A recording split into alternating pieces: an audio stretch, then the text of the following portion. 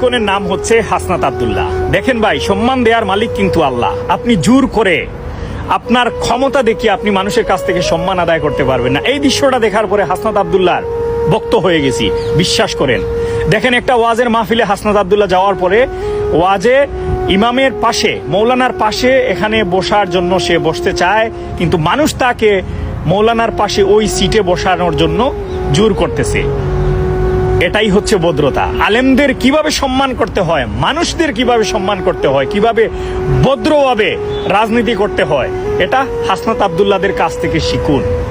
রাজনীতিতে আসার আগে না, এই জিনিসগুলা খুবই দরকার। এটা হচ্ছে ফ্যামিলি শিক্ষা। আপনি নিজেকে বড় ভাবেন, আপনি নিজেকে বড় লিডার মনে করেন, কিন্তু মানুষ তো আপনাকে এরকম ভাবছে না। মানুষ আপনাকে এরকম করে চিন্তা করে না যেরকম করে আপনি আপনার নিজেকে চিন্তা করেন। নিজেকে বদলান, এরকম মানুষদের খাতারে আসেন। সম্মান পেতে হলে মানুষকে সম্মান করতে শিখুন, আলেমদের ভালোবাসতে শিখুন।